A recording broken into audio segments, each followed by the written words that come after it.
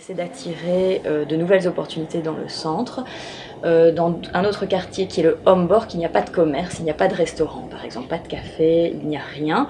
Et donc là justement peut-être que le secteur Horeca pourrait justement booster, s'investir dans ce quartier et faire jouer un rôle de locomotive pour attirer justement des clients, des Uclois qui puissent prendre un verre dans leur quartier, parce qu'à ce stade il n'y a rien qui existe. En tout cas je pense que le secteur Horeca à Bruxelles donc, a beaucoup souffert, comme je vous l'ai déjà dit, mais il faut essayer de redonner envie aux gens de venir dans les commerces bruxellois, dans les restaurants, dans les cafés bruxellois, parce que ça permet de redorer l'image de Bruxelles et de montrer que nous sommes une capitale dynamique. L'Horeca bruxellois, ce sont des emplois, donc il faut faire tourner l'économie bruxelloise, c'est important, c'est un cercle vertueux, il y a plus d'emplois, il y a plus de consommation, et on doit donner envie aux gens de revenir dans nos commerces, dans nos restaurants.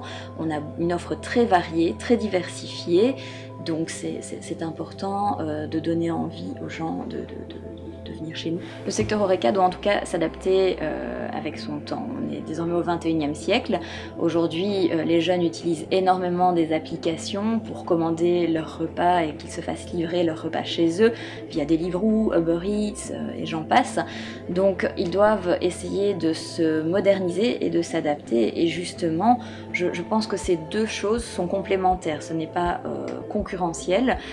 Ça va justement permettre à un restaurateur, je sais pas, qui ne va pas vendre uniquement des pizzas dans son restaurant, mais il peut aussi faire livrer ses pizzas via un cycliste ou autre. Donc chez nous, au Jeune MR, on trouve que l'économie collaborative, ça libère des potentiels, des potentialités, et on doit profiter justement de toutes ces nouvelles applications, et c'est complémentaire, comme je vous l'ai déjà dit. En tout cas, au niveau des réformes, il faut que la fiscalité locale encourage justement les établissements bruxellois à s'installer, à s'investir dans une commune ou dans notre région. C'est un levier pour l'emploi, donc s'ils s'installent dans notre commune, c'est plus d'emplois dans notre commune. Enfin, on a déjà mis en place d'autres réformes à d'autres niveaux de pouvoir, notamment la diminution des charges patronales sur les premiers emplois. Donc quand une entreprise est créée, il y a des charges patronales qui sont diminuées. Donc c'est assez intéressant et ça permet justement de créer plus d'emplois. Au niveau de la politique d'hébergement à Bruxelles, il faut qu'il y ait une offre variée. Donc on a beaucoup d'hôtels, de standing tout à fait différents, mais ce qu'on a aussi beaucoup à Bruxelles qui s'est développé, ce sont les logements via les Airbnb. Je ne vous cache pas qu'il y a beaucoup de jeunes qui utilisent ce système-là parce que c'est plus flexible, c'est parfois moins cher, mais néanmoins les offres sont complémentaires. Un hôtel n'offre pas les mêmes services qu'un logement Airbnb. Donc concernant les logements Airbnb, il faut bien sûr que ce soit encadré, réglementé. On ne va pas loger n'importe où, il faut que ça respecte certaines normes sanitaires entre autres, donc il faut qu'il y ait quand même un encadrement qui soit mis en place, et l'un n'est pas concurrent de l'autre. En tout cas, au niveau de l'offre touristique à Bruxelles, c'est clair qu'on peut toujours améliorer les choses. À ce stade, personnellement, je trouve que c'est plutôt pas mal ce qui est proposé, mais on peut toujours faire mieux et faire encore plus.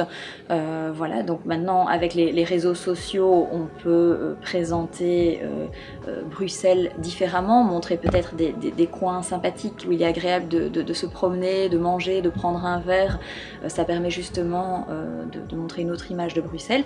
Récemment, et suite malheureusement aux attentats de Bruxelles, toute une campagne de communication a été réalisée à divers échelons, fédéral, régional, pour justement donner envie aux touristes de revenir à Bruxelles.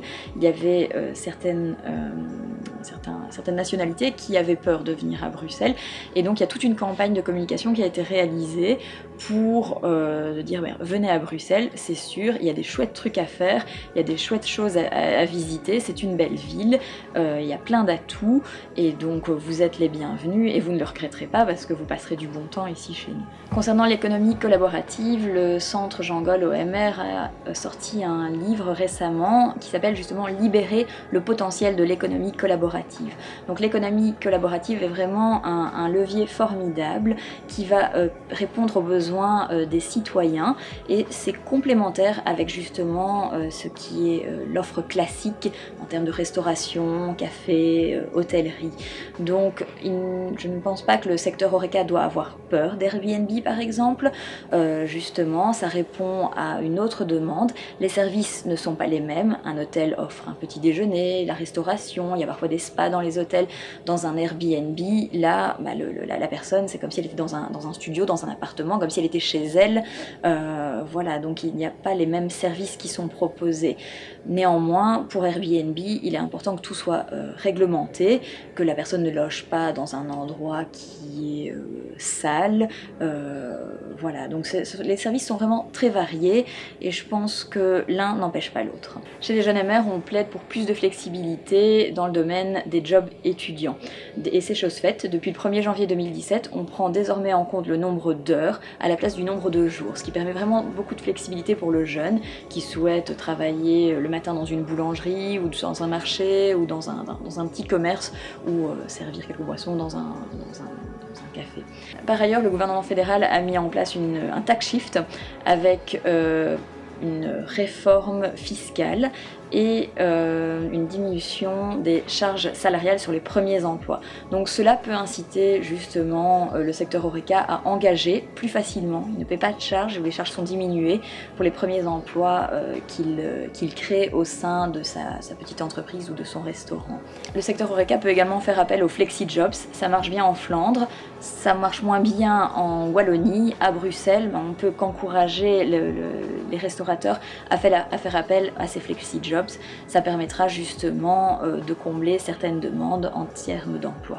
La proposition de piétonnier était une proposition innovante, lancée il y a quelques années au moment de la formation de la majorité MRPS à la ville de Bruxelles. Bon, je pense que tout le monde a un avis sur le sujet, hein. Parfois on en parle pendant des heures et des heures autour d'un verre, on peut refaire le monde.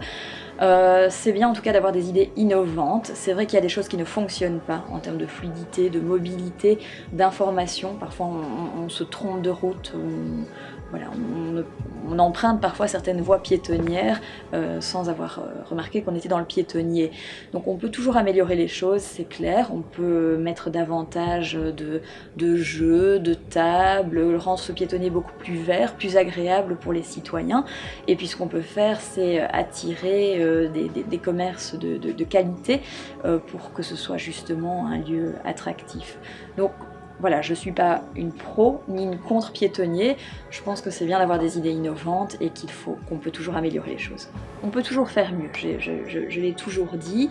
Il est vrai que au sein de ma commune, le service propreté fonctionne très bien. Dès qu'il y a des encombrants qui sont stockés sur un trottoir, on appelle le service propreté qui vient les retirer, parce que voilà, ce sont des gens qui ont abandonné leurs déchets comme ça n'importe comment, et le service vient. Donc franchement, nous n'avons pas à nous plaindre de l'efficacité de ce service au niveau d'Uccle. Au niveau de la propreté en général, au niveau de Bruxelles, c'est vrai qu'il y a certains coins, malheureusement à Bruxelles, qui sont sales, mais on peut essayer de mettre davantage de poubelles, de faire des actions de prévention et de sensibiliser les gens en disant mais attention, vous ne jetez pas vos chewing-gums, vos papiers n'importe où, ça ne se fait pas. Enfin ça c'est une question aussi d'éducation. On garde son papier dans la main et on le jette plus tard quand on trouve une poubelle. C'est clair que Bruxelles est confrontée à des problèmes de mobilité. On le voit, pour accéder à Bruxelles c'est compliqué, des tunnels sont fermés, en travaux, donc les gens se plaignent et passent aussi des heures dans leur voiture bloquées. Ce n'est jamais très agréable. Donc ce qu'il faut faire, c'est en tout cas varier les offres. Il faut renforcer l'offre de train, l'offre de transport en commun, de la STIB, et il faut essayer de proposer aux Bruxellois une offre variée, que le Bruxellois puisse comparer et se dire tiens, moi c'est plus intéressant que je prenne le train, ça ira plus vite, c'est plus écologique et je n'ai pas de problème de stationnement. Donc il faut un petit peu varier les propositions de moyens de transport. On a aussi dans le centre-ville d'Uccle le parking Doyenné qui n'est pas suffisamment utilisé. Voilà, vous vous rendez dans le centre-ville et vous vous rendez compte que le parking est vide. Donc il faut mieux informer les gens sur le fait qu'il y a un parking qui est situé en plein centre de notre commune et qui peut être utilisé vraiment à moindre coût.